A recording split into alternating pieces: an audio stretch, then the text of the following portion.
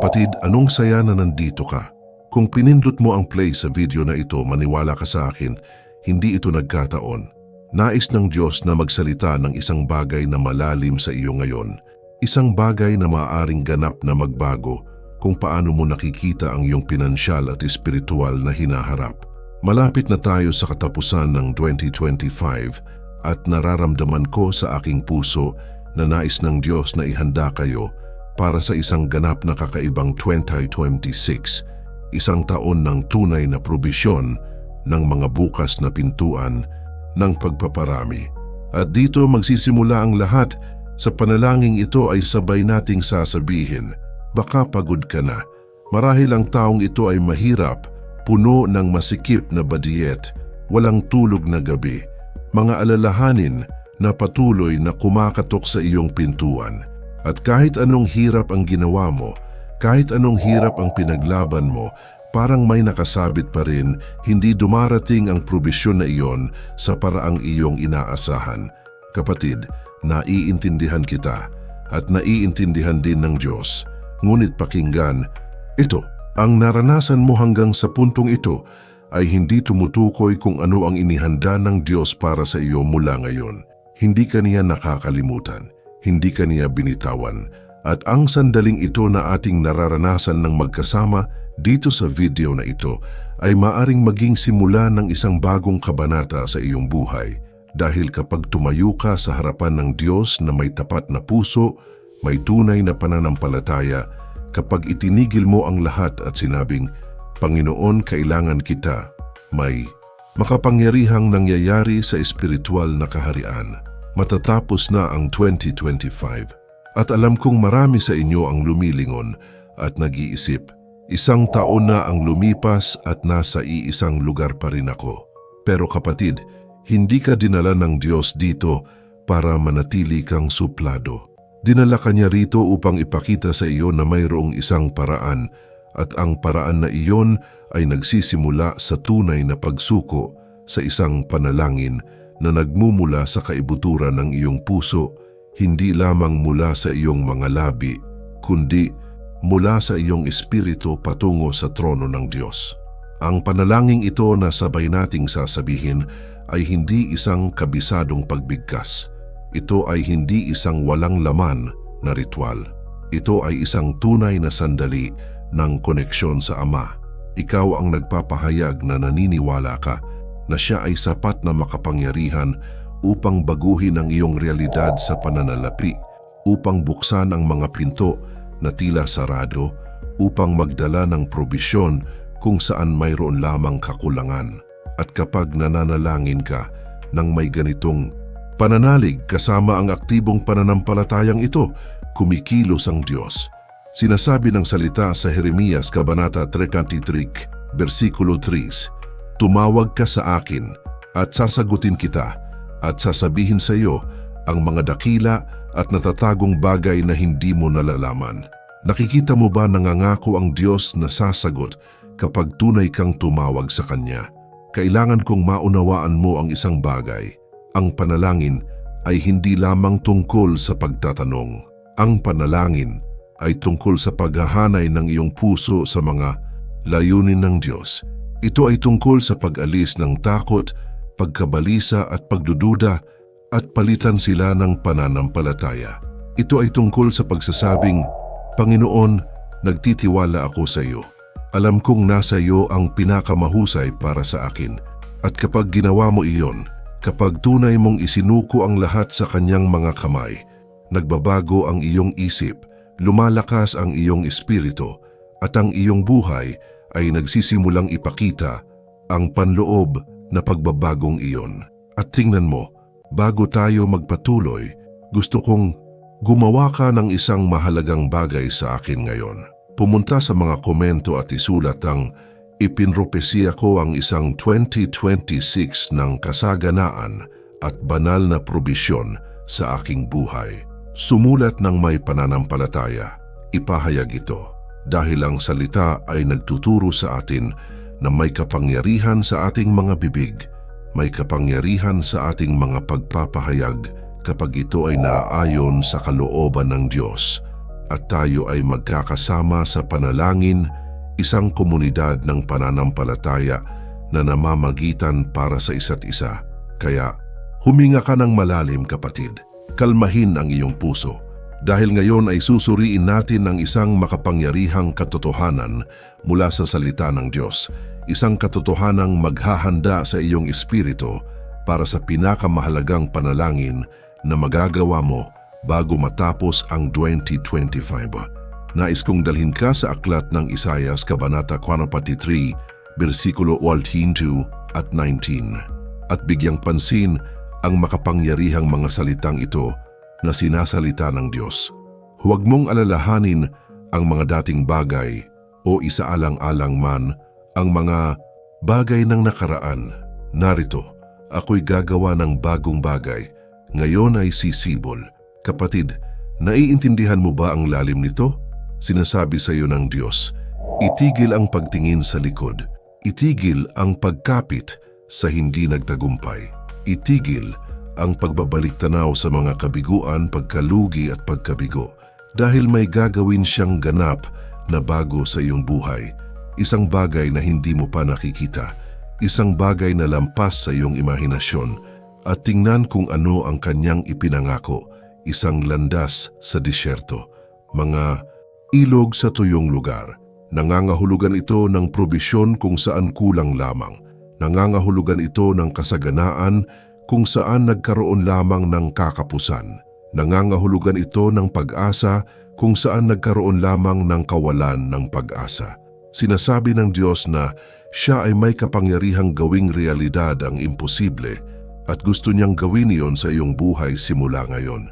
Ngunit kailangan kong maunawaan mo ang isang bagay na napakahalaga. Upang matanggap ang mga bagong bagay ng Diyos, kailangan mong bitawan ang luma. Kailangan mong ihinto ang bigat ng nakaraan. Ilang beses mong naiisip ang sarili mo, kung iba lang sana ang ginawa ko nung taong iyon, o kung hindi ko lang palalampasin ang pagkakataong iyon. Kapatid, pinipigilan ka nito. Pinipigilan ka nitong makita kung ano ang inihahanda ng Diyos ngayon. Kapag sinabi ng Diyos, huwag mong alalahanin ang mga dating bagay, hindi niya hinihiling sa iyo na magpanggap na walang nangyari. Pinalalaya ka niya mula sa emosyonal at espiritual na bigat na dinadala ng mga alaalang iyon. Sinasabi niya, natuto ka, lumago ka, ngayon na ang panahon para sumulong ng may panibagong pananampalataya. Dahil kung ano ang darating ay mas malaki kaysa sa kung ano ang nasa likod. At alam kong mahirap paniwalaan ito kapag tiningnan mo ang iyong bank account at nakita mong nasa pula ito. Kapag tiningnan mo ang iyong mga utang at naramdaman mo ang paninikip ng iyong dibdib.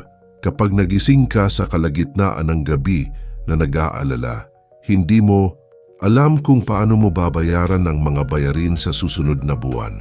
Alam ko, kapatid, alam din ng Diyos, ngunit sinasabi niya sa iyo ngayon, may bago akong gagawin. Magbubukas ako ng landas kung saan disyerto lang ang makikita mo. Isipin ito, isang landas sa disyerto. Sa disyerto ay walang mga kalsada. Sa disyerto ay walang mga palatandaan na nagsasabing sa ganitong paraan. Sa disyerto parang naliligaw ka, walang direksyon. Ngunit ipinangako ng Diyos na siya mismo ang magbubukas ng landas na iyon para sa iyo. Hindi mo kailangang maunawaan kung paano. Hindi mo kailangang magkaroon ng lahat ng mga sagot. Kailangan mo lang magtiwala na siya ay tapat. At higit pa, mga ilog sa ilang, sa tuyong lugar, kung saan walang buhay, kung saan ang lahat ay tila patay. Ipinangako ng Diyos na magdadala ng kasaganaan, kasariwaan, pagbabago. Iyan ay banal na kasaganaan, kapatid. Hindi ka tumatakbo sa paligid ng desperadong pilitin ng mga bagay. Ikaw ay nagpapahinga sa pangako ng Diyos.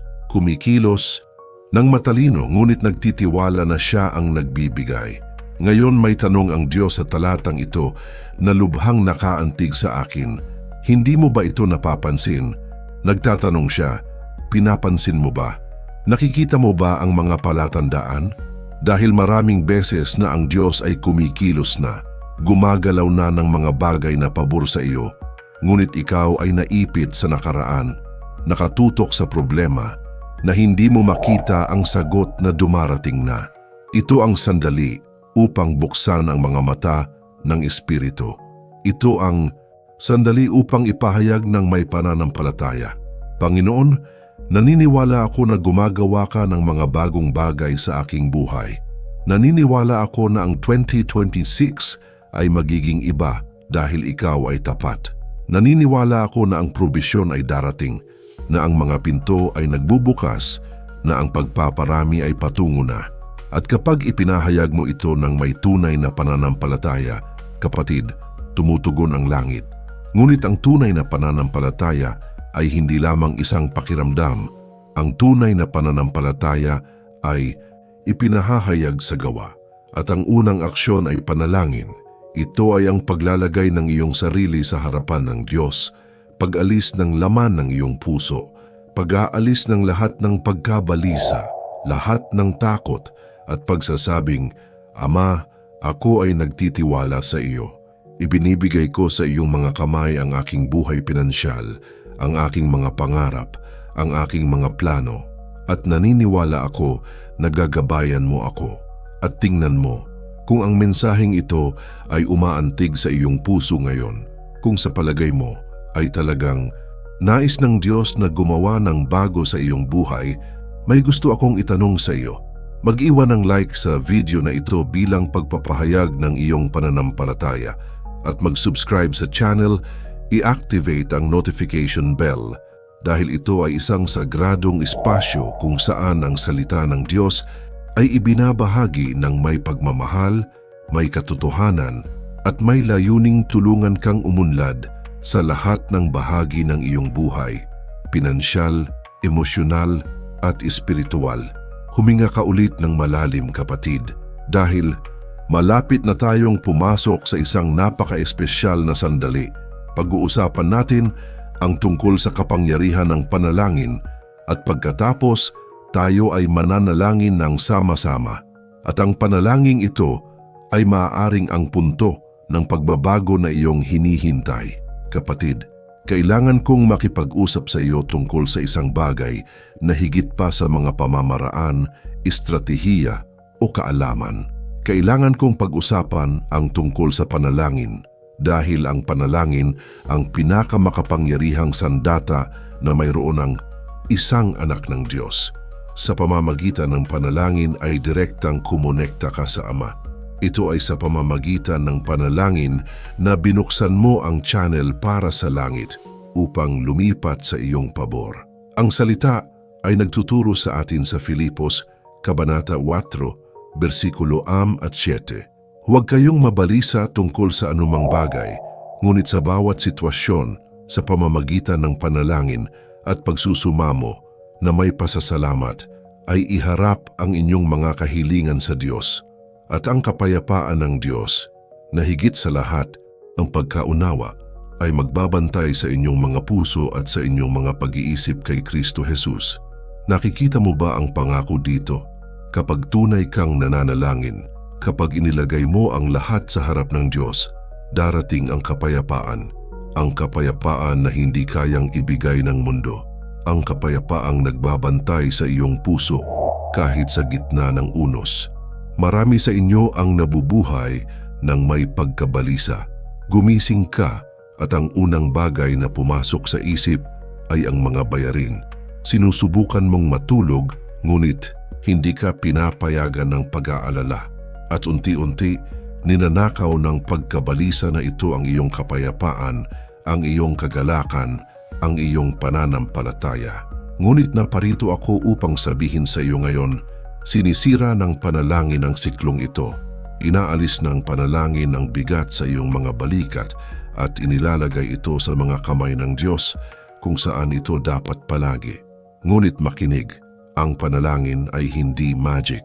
Ang panalangin ay hindi tungkol sa pagsisikap na manipulahin ang Diyos upang gawin ang gusto mo. Ang panalangin ay tungkol sa paghahanay ng iyong sarili sa kanyang kalooban.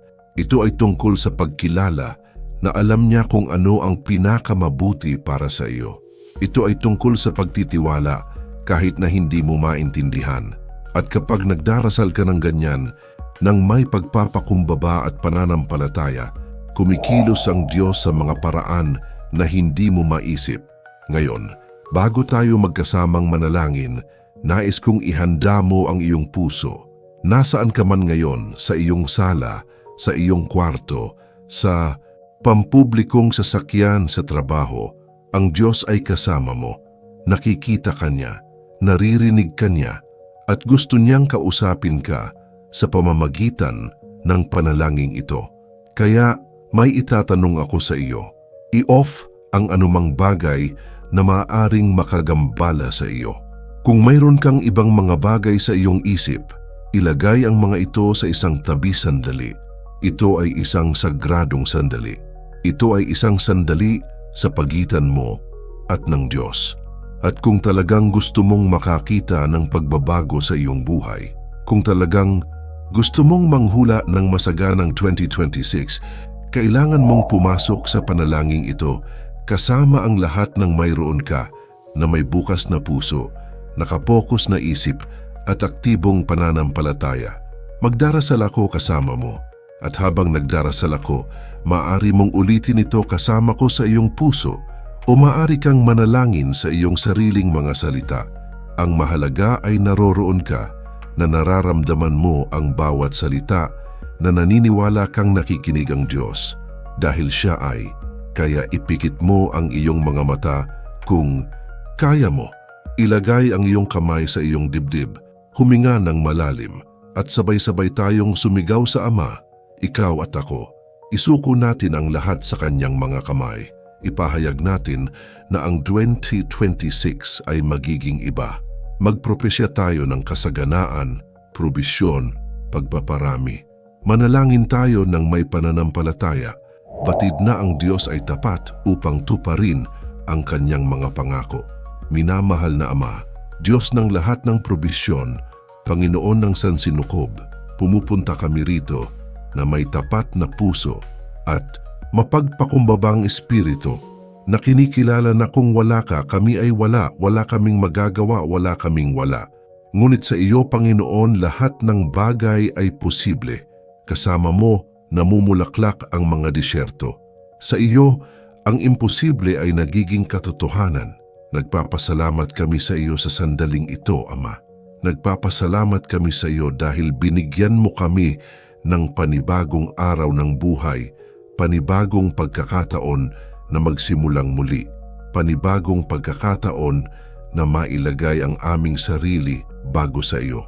At ngayon, Panginoon, kami ay dumarating hindi lamang na may mga kahilingan, ngunit may pasasalamat.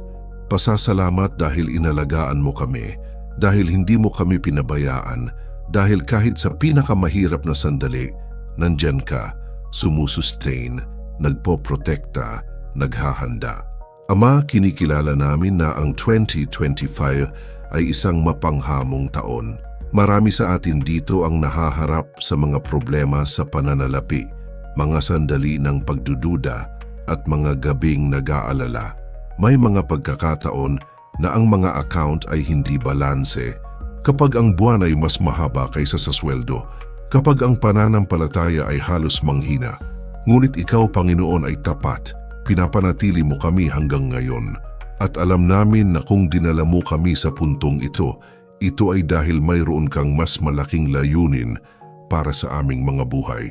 Ngayon, Ama, habang papalapit na ang 2025, naparito kami upang humingi sa iyo ng isang bagay. Hindi kami naparito upang mamalimos, sapagkat alam namin na kami ay iyong mga anak at ikaw ay isang mapagbigay na Ama. Kami ay naparito upang sumigaw, upang ipahayag, upang manghula na ang 2026 ay magiging ibang taon, isang taon ng pagbabago, isang taon ng bukas na mga pintuan, isang taon ng multiplikasyon. Panginoon, sinabi mo sa iyong salita, narito, gagawa ako ng bagong bagay. At naniniwala kami, Ama, naniniwala kami na may ginagawa kang bago sa aming buhay ngayon. Isang bagay na hindi pa nakikita ng ating mga mata, isang bagay na halos hindi maisip ng ating mga puso. Sinabi mo na gagawa ka ng isang paraan sa ilang, at ipinapahayag namin na ang daan na iyon ay nabuksan na. Sinabi mo na maglalagay ka ng mga ilog sa disyerto at ipinapahayag namin na ang kasaganaan ay dumadaloy na patungo sa amin. Ama, hinihiling namin sa iyo, sirain ang bawat kakapusan na pag-iisip na nananahan pa rin sa loob namin. Basagin ang bawat limitadong paniniwala, bawat pag-iisip ng kahirapan, bawat hindi paniniwala na pumipigil sa atin na umunlad. I-renew ang aming isipan, Panginoon. Turuan kaming mag-isip tulad ng iyong mga anak, tulad ng mga tagapagmana ng iyong mga pangako, tulad ng mga taong nakalaan para sa kasaganaan na may layunin. At Panginoon, humihingi din kami sa iyo ng karunungan dahil alam mo na hindi sapat ang magkaroon ng pera kung hindi natin alam kung paano ito i-manage. Hindi sapat na magkaroon ng mga pagkakataon kung hindi natin alam kung paano sasamantalahin ang mga ito. Kaya, Ama, bigyan mo kami ng kaunawaan, bigyan kami ng espiritual na pangitain upang makita ang mga pintuan na iyong binubuksan. Nagbibigay ito sa atin ng lakas ng loob na tumawid sa mga pintuan na iyon kahit na may takot. Nagbibigay ito sa atin ng disiplina na gawin ang ating bahagi, magtrabaho ng masigasig, magtanim ng tamang mga binhi sa tamang lugar. Ama, inilalagay namin sa iyong mga kamay ang aming pananalapi. Lahat ng mga utang na nagbubuklod sa amin, lahat ng mga pangako na nakakatakot sa amin, lahat ng mga bayarin na nagpapanatili sa amin ng gising sa gabi, lahat ng ito, Panginoon, nakahiga kami sa iyong paanan. Ikaw si Jehovah Jireh, ang Diyos na nagbibigay, at naniniwala kami na ibibigay mo ang lahat ng kailangan namin sa iyong sariling oras, sa iyong sariling paraan. Ngunit Ama, itinuro mo rin sa amin na ang kaunlaran ay hindi lamang tungkol sa pera.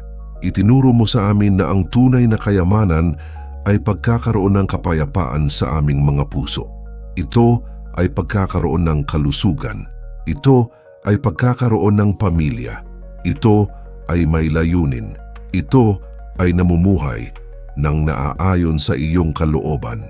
Sa makatuwid, Panginoon, habang humihingi kami ng material na provision, humihingi din kami ng panloob na kagalingan. Pagalingin ang mga emosyonal na sugat na dinadala natin. Pagalingin ang mga pinansyal na trauma ng nakaraan. Pagalingin ang takot na hindi magkaroon ng sapat. At punan mo kami ng katiyakan na kasama mo hindi kami magkukulang ng anuman. Ama, hinihiling din namin na turuan mo kaming maging bukas palad sapagkat iyong sinabi, magbigay kayo at kayo'y bibigyan. Turuan kaming huwag mag-imbak ng pagiging makasarili, ngunit umunlad upang mapagpala ang iba. Ipakita mo sa amin na kapag nagbibigay kami ng masaya, dumarami ka.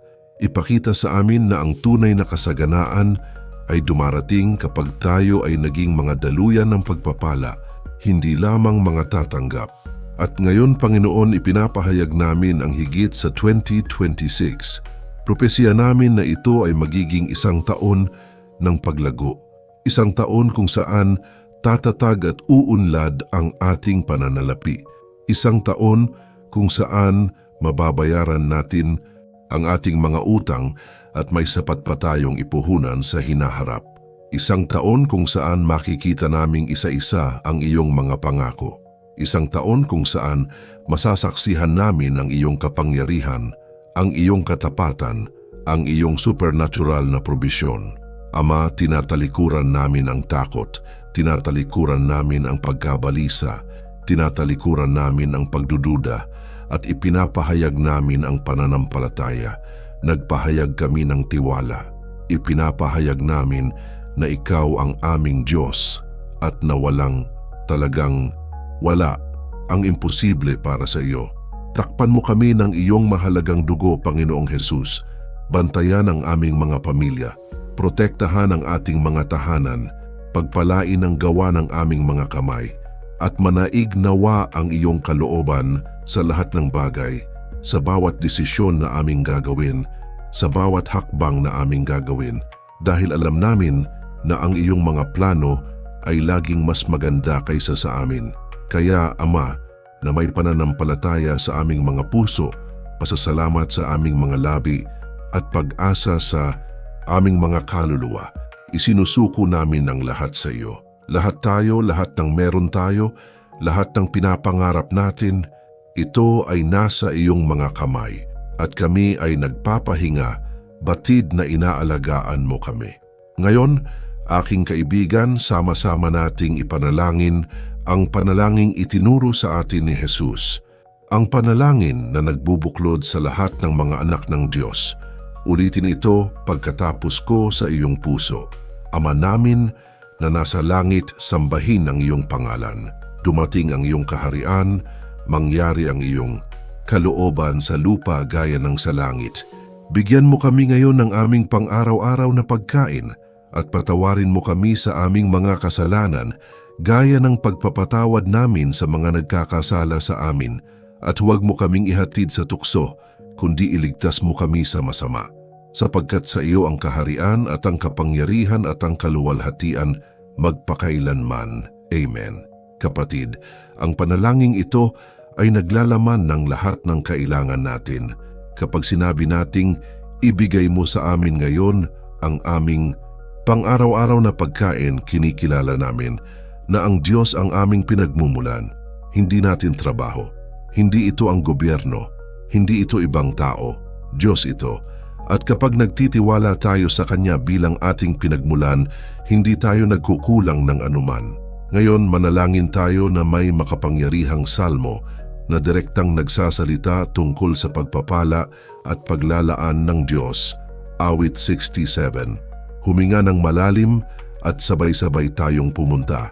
Ang Awit 67 ay isa sa pinakamagagandang salmo tungkol sa pagpapala ng Diyos at kung paanong ang pagpapalang iyon ay hindi lamang para sa atin, ngunit upang sa pamamagitan natin, ang iba ay pagpalain din.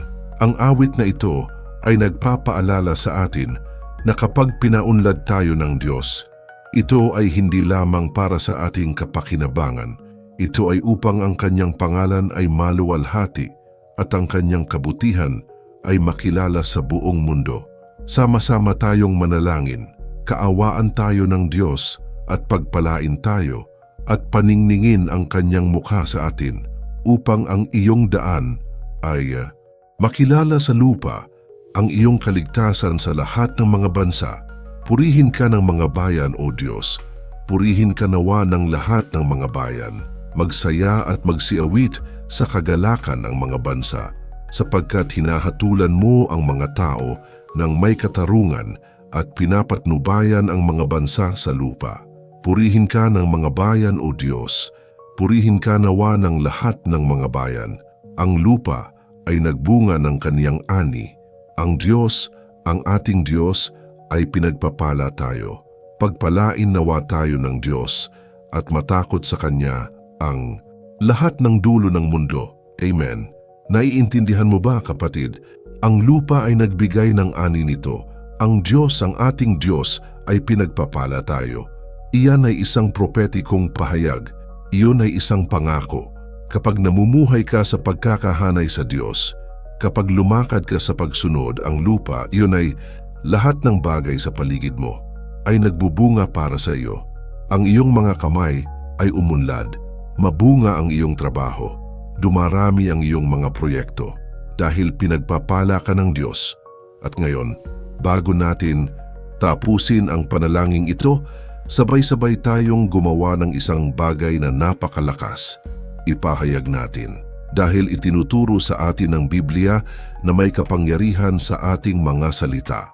Sinasabi ng Kawikaan, Kabanata 18, talata 21, ang kamatayan at buhay ay nasa kapangyarihan ng dila. Kaya't gamitin natin ang ating mga dila upang magpahayag ng buhay, magpahayag ng kasaganaan, magpahayag ng pagpapala. Kapatid, huwag mong maliitin ang kapangyarihan ng iyong mga salita, sapagkat ang ipinapahayag mo ng may pananampalataya, ng may pananalig batay sa salita ng Diyos, ay may autoridad sa espiritual na mundo. Sinabi ni Jesus sa Marcos, Kabanata 11, versikulo 23. Ang sinumang magsabi sa bundok na ito, humayo ka, tumalon ka sa dagat, at hindi nag-aalinlangan sa kanilang puso, kundi naniniwala na mangyayari ang kanilang sinasabi, ito ay gagawin para sa kanila. Napagtanto mo ba ang kapangyarihan niyan? Kaya ngayon, kahit na ikaw ay nasa gitna ng isang disyerto sa pananalapi, kahit na ang mga pangyayari ay tila sumisigaw ng iba, ikaw ay magpapahayag ng may pananampalataya. Ikaw ay manghuhula sa iyong sariling buhay. Ulitin pagkatapos ko ng malakas o sa iyong puso ng buong pananalig, ipinapahayag ko na ako ay anak ng Diyos at bilang isang anak ako ay tagapagmana ng lahat ng kanyang mga pangako. Ipinapahayag ko na ang 2026 ay ang aking taon ng pagpaparami.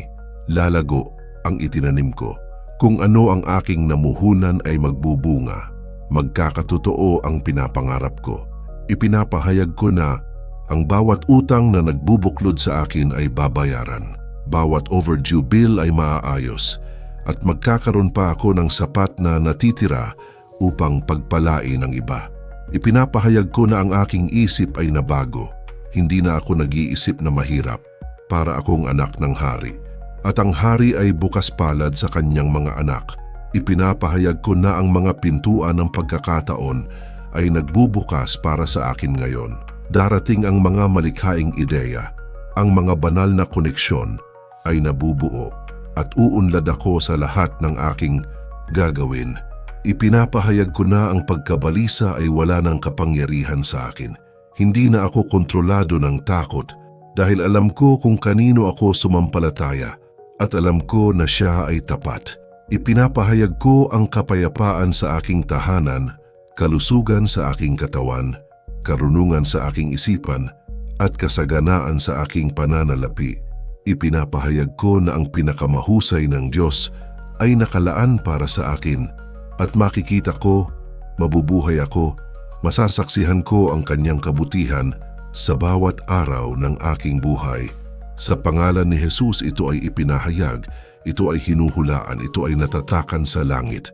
Amen. Kapatid, makapangyarihan ang sinabi mo, ngunit ang mensaheng ito ay hindi maaaring manatili sa iyo ng mag-isa. May iba pang mga tao na kailangang marinig ito. Mayroong isang tao sa iyong pamilya, sa iyong simbahan, sa iyong trabaho na pinanghihinaan ng loob, na nawalan ng pag-asa, na kailangang baguhin ang kanilang pananampalataya. Kaya ibahagi ang video na ito sa taong iyon ngayon. Maging instrumento ng Diyos upang magdala ng pag-asa at pagbabago sa mas maraming buhay.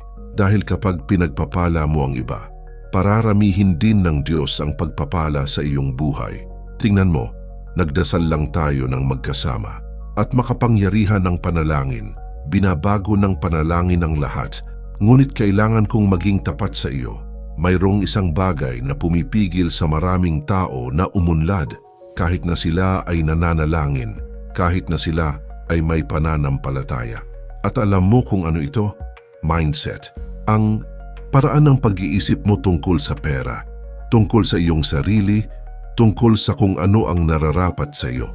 Marahil ay lumaki kang naririnig na ang pera ay madumi, na ang mga mayayaman ay hindi napupunta sa langit, na ang pagnanais na umunlad ay isang kasalanan. At ang mga paniniwalang ito, kapatid, ay nagiging malalim sa iyong isipan at nang hindi mo namamalayan, sinasabotahin nila ang lahat. Ginagawa ka nilang sumuko bago mo subukan. Nakonsensya ka nila sa pagnanais ng mas magandang buhay. Kinulong ka nila sa isang ikot kung saan ka nagtatrabaho, ngunit hindi nakakarating kahit saan. At ito ay iniisip ang tungkol sa iyo na pagod na palaging nakatira sa isang masikip na lugar, palaging nag-aalala, palaging limitado, na naghanda ako ng isang napaka-espesyal na piraso ng material. Ang pangalan nito ay ibahin ang iyong mindset at mabilis na paramihin ang iyong pananalapi. Kapatid, hindi ito basta-bastang laman. Ito ay isang praktikal at espiritual na gabay na magpapakita sa iyo kung paano lampasan ang mental at espiritual na mga block na pumipigil sa pag-agos ng kaunlaran sa iyong buhay. Matututuhan mong iayon ng iyong isip sa mga prinsipyo ng kasaganaan ng Diyos. Mauunawaan kung saan ka nagkakamali ng hindi mo namamalayan at tuklasin ang simple ngunit makapangyarihan mga diskarte na nagdudulot ng mga tunay at pangmatagalang resulta. Dahil walang silbi ang pagdarasal kung patuloy kang mag-iisip na parang isang taong natalo. Walang silbi ang pagkakaroon lamang ng pananampalataya kung hindi mo alam kung saan ididirekta ang pananampalatayang iyon. Kailangan mong i-renew ang iyong isip. Kailangan mong matutong makita ang mga pagkakataong inilalagay ng Diyos sa harap mo. Kailangan mong maunawaan na ang kasaganaan ay hindi swerte. Ito ay isang pag-iisip na nakahanay sa matalinong pagkilos. Makinig ng mabuti. Bawat araw na ipinagpaliban mo ang isang desisyon ay isa pang araw na nakulong sa parehong siklo ng kakulangan. Isa pang masikip na buwan. Isa pang bayarin na hindi nadaragdagan. Isang gabing walang tulog. Hindi mo deserve mabuhay ng ganito, kapatid. Hindi ka nilikha ng Diyos para mabuhay. Nilikha ka niya para umunlad. Kaya huwag nang maghintay pa. Huwag hayaang matapos ang 2025 nang hindi ginagawa ang hakbang na ito. Pumunta sa unang nakapin na komento sa ibaba ng video na ito at i-download ang material habang available pa ito. Dahil habang iniisip mo ito, ang ibang tao ay nag-a-apply na nito, nagbabago na ng paraan ng pag-iisip tungkol sa pera, na nagbibigay ng puwang para sa kasaganaan na pumasok. Maaring ito na ang turning point na ipinagdarasal mo sa Diyos. Maaring ito na ang sandali kung kailan magsisimulang magbago ang lahat. Kaya kumilos ngayon nang may pananampalataya at karunungan. I-download ang material, pag-aralan mo, ilapat ito, at makikita mo ang pagkakaiba sa iyong buhay.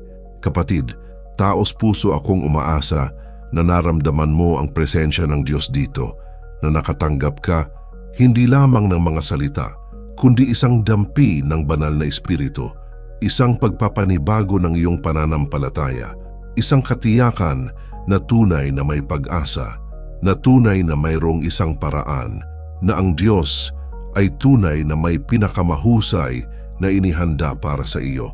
Bago ka umalis, may nais akong bigyang diin. Ang ipinagdasal mo dito ay hindi nawalan ng kabuluhan. Narinig ng Diyos ang bawat salita. Nakita niya ang katapatan ng iyong puso at siya ay kikilos. Marahil ay hindi sa paraang iniisip mo. Baka hindi sa oras na gusto mo. Ngunit siya ay kikilos dahil siya ay tapat. At ang kanyang salita ay hindi bumabalik na walang laman.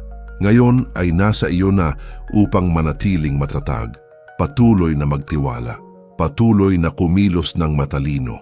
Dahil ang pananampalataya na walang gawa ay patay, kaya manalangin, ngunit magtrabaho din, maniwala ka, ngunit magplano din, ipahayag, ngunit kumilos din, at pararangalan ng Diyos ang bawat hakbang ng pananampalataya na gagawin mo. At tingnan mo, kung hindi mo pa nagagawa, pumunta sa mga komento ngayon at ipahayag. Ipinropesya ko ang isang 2026 ng kasaganaan at banal na probisyon sa aking buhay. Gawin ito bilang isang gawa ng pananampalataya at mamagitan tayo para sa isa't isa bilang isang komunidad. Dahil kapag ang mga tao ng Diyos ay nagkakaisa sa panalangin, ang mga dakilang bagay ay nangyayari. At dahil naabot mo na ito, gusto kong itanong sa iyo ang isa pang bagay.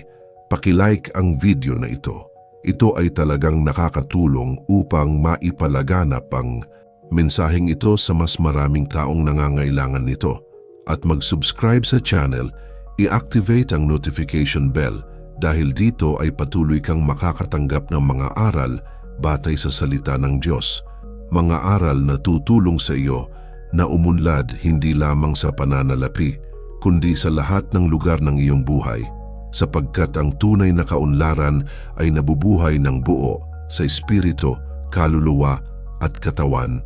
Lumalabas sa iyong screen ang isang video tungkol sa isang awit na iilang pastor ang naglakas loob na ituro.